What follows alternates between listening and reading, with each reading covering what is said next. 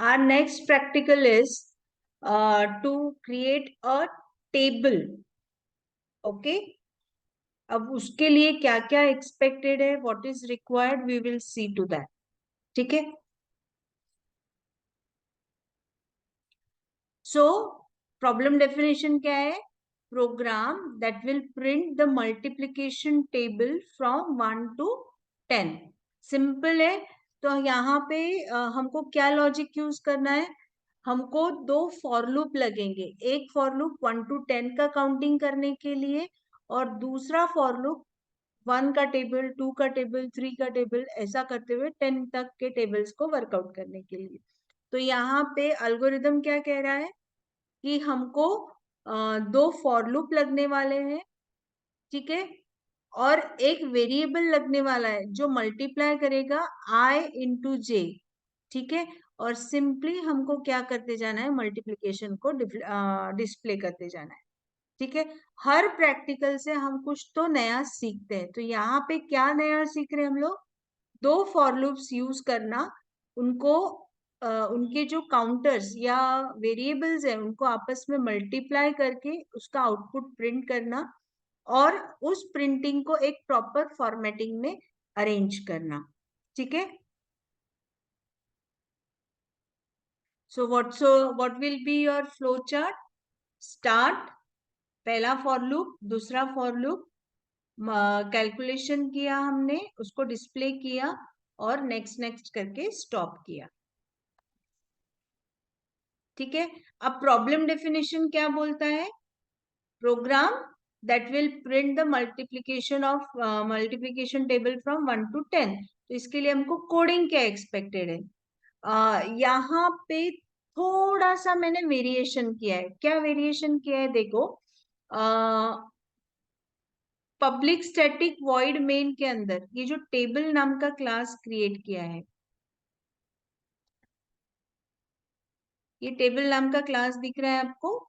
उस टेबल नाम के क्लास का, यानी इनिशियली मैंने एक टेबल नाम का क्लास क्रिएट किया, और उस टेबल नाम के क्लास के वॉइड मेन के अंदर खुद ही का ऑब्जेक्ट क्रिएट किया, और खुद ही के ऑब्जेक्ट के साथ एक माई टेबल फंक्शन को कॉल किया.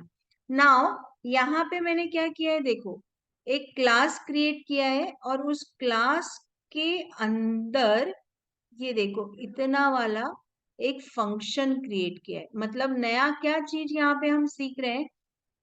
वॉइड मेन का क्लास बनाया. जनरली हम लोग क्या करते थे? सारा चीज वॉइड मेन के अंदर रखते थे. तो अलग से माई टेबल नाम के क्लास का, या अलग से खुद का हमको ऑब्जेक्ट कहीं क्रिएट नहीं करना पड़ा. राइट.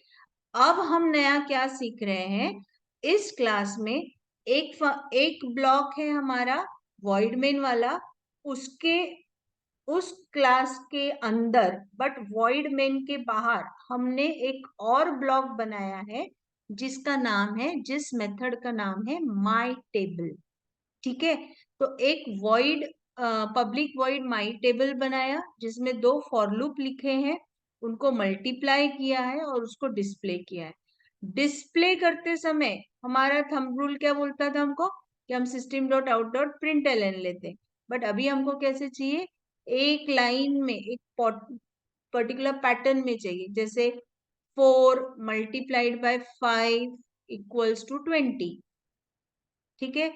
तो 4 मेरा आई से आ रहा है, मल्टीप्लाई का साइन चाहिए, 5 मेरा जे से आ रहा है, और 20 ये मेरा वेरिएबल से आ रहा है. तो उनके लिए यहाँ पे देखो क्या किया हुआ है? System dot out dot print किया है. ठीक है. उस प्रिंट में क्या किया है? देखो, आई को कॉन्केटिनेट किया है, उसके साथ एस्ट्रिक लिया है, उसके साथ जे को कॉन्केटिनेट किया है, उसके साथ इक्वल टू लिया है, और फिर कॉन्केटिनेट किया है आपके आई इंटू जे को, दैट इज MUL वेरिएबल के अंदर. यहाँ पे जब भी मैं मैसेज के साथ किसी वेरिएबल की वैल्यू डायरेक्टली अटैच करना चाह रही हूँ, तो मुझे प्लस ये ऑपरेटर यूज करना है for concatenation of string and the value. Is it clear? तो जो नया हम लोग यहाँ पे सीख रहे हैं, ये समझ में आया आप लोगों को? देखो, सबसे पहले न्यू लाइन कैरेक्टर हमने डाल दिया और उसके साथ में हर न्यू लाइन पे हमको क्या मिलेगा, I इंटू जे की वैल्यू सारी अपडेट होते होते पूरा एक हॉरिजॉन्टल रो क्रिएट होगा। जैसे 1 into 1, 1 into 2, 1 into 3, 1 into 2, 2 into 1, likewise पूरा एक टेबल उसमें क्रिएटेड रहेगा। ठीक है, और यहाँ पे नया क्या देखा, खुद के ही क्लास का ऑब्जेक्ट क्रिएट करके हमने उसको फंक्शन का या मेथड का नाम दिया है। ठीक है, या मेथड को कॉल किया है। कहाँ पे किया, वॉइड मेन के अंदर। क्यों किया, क्योंकि वॉइड मेन के बाहर ये फंक्शन कॉल है, क्लास के अंदर ही है बट कहाँ पे है, वॉइड मेन के बाहर है। तो मेरे स्कोप के बाहर है, वॉइड मेन के स्कोप के बाहर है। तो अगर बाहर वाली चीज को हमको यूज करना है तो हम डायरेक्टली यूज नहीं कर सकते, हम थ्रू ऑब्जेक्ट क्रिएट करेंगे। ठीक है,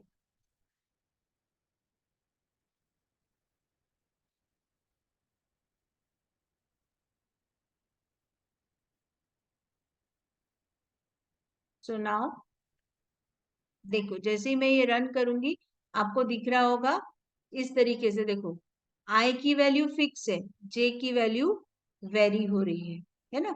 तो like this 4 into 1, suppose 4 into 2, 4 into 3, 4 into 4, 4 into 5, इस तरीके से पूरा हॉरिजॉन्टल वे में वो आपको डिस्प्ले देगा। Okay, so I hope everyone has understood. Simple logic है, दो फॉर लूप लगाने हैं, मल्टीप्लाई करना है दोनों के जो इंडिकेटर्स है, पॉइंटर्स हैं या फिर वेरिएबल्स। ठीक है, और उसको एक पैटर्न में डिस्प्ले करना है।